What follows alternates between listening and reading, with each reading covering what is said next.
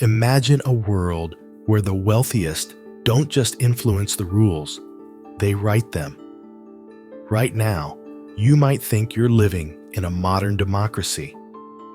But what if some of the oldest warnings about power are quietly coming true? Aristotle, nearly 2,300 years ago, described a government run by the rich for their own benefit. He called it oligarchy, and his insights just might be more relevant today than we dare to admit. But is that ancient concept really seeping into our modern world? Stay with me. What you discover next might change the way you see politics and power forever.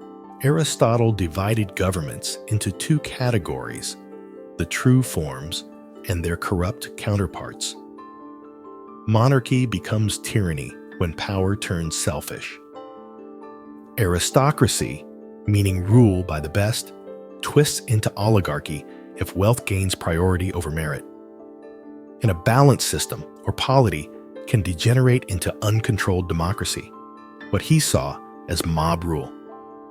Even centuries ago, Aristotle believed that good governance required putting the common good first. When that principle disappears, it creates something much darker. And among these twisted forms, oligarchy stands out as especially dangerous. Yet, how exactly does oligarchy take shape? In an aristocracy, leaders rise to power because of virtue or skill. In an oligarchy, however, money is the true currency of control. Merit, governance, or even popular support takes a back seat. The wealthy elites focus on preserving their wealth above all else, often at the expense of everyone else. You might assume this sounds dramatic, like a plot from a dystopian movie. But according to Aristotle, this transformation can happen whenever a society values money more than service. So how does a society gradually slide into that trap? Oligarchies rarely spring up overnight. They creep in slowly. At first, wealth might be just one factor in choosing leaders.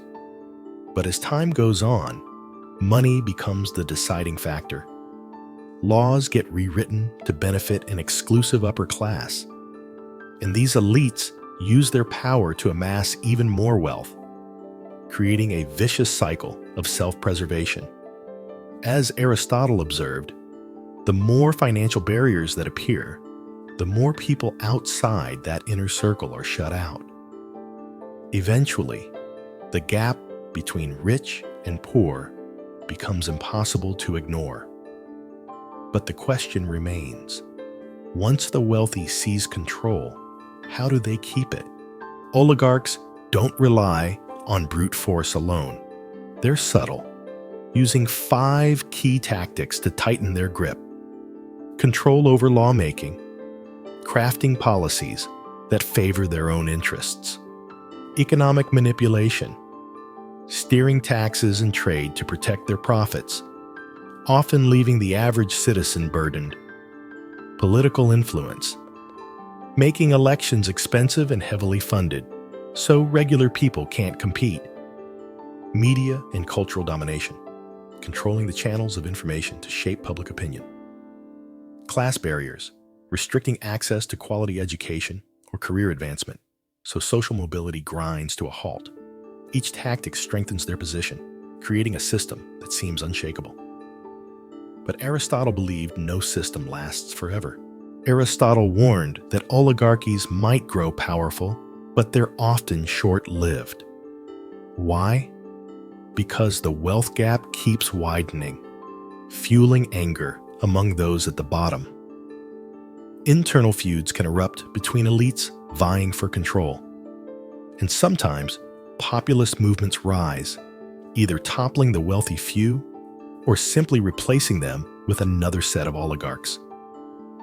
On top of that, later generations of oligarchs grow complacent. They inherit power without understanding what it took to build it, and that can spark their downfall. So does this ancient pattern of rise and fall only exist in the history books? Look around. You'll see signs that might make you wonder, are we heading toward, or already in, an oligarchy? The wealth gap in many countries has skyrocketed. Large corporations and wealthy individuals dominate political funding. Laws often favor big business over small communities. And in some places, social mobility appears to be shrinking fast. These echoes of Aristotle's warnings are hard to ignore. The question is whether we're witnessing a temporary phase or the beginnings of a full-blown oligarchy. The answer will likely depend on how societies respond to these mounting pressures. But it's not all doom and gloom. There's a lesson to be learned here. Aristotle gave us a stark warning. If money talks louder than merit, democracy and fairness can wither. His observations about oligarchy aren't just dusty pages in a philosophy book. They're a living reflection of modern politics. We have a choice. We can stay informed, engage in discussions, and keep our leaders accountable. The greatest threat to any free society is the apathy that lets power concentrate in fewer and fewer hands. What do you think? Does oligarchy belong in ancient history? Or is it a creeping reality we're all living through? Let me know in the comments. And if you found this exploration eye-opening, hit that like button, share this video, and subscribe for more insights into power, history, and philosophy. Because when it comes to shaping our world, awareness might just be the most powerful tool we have.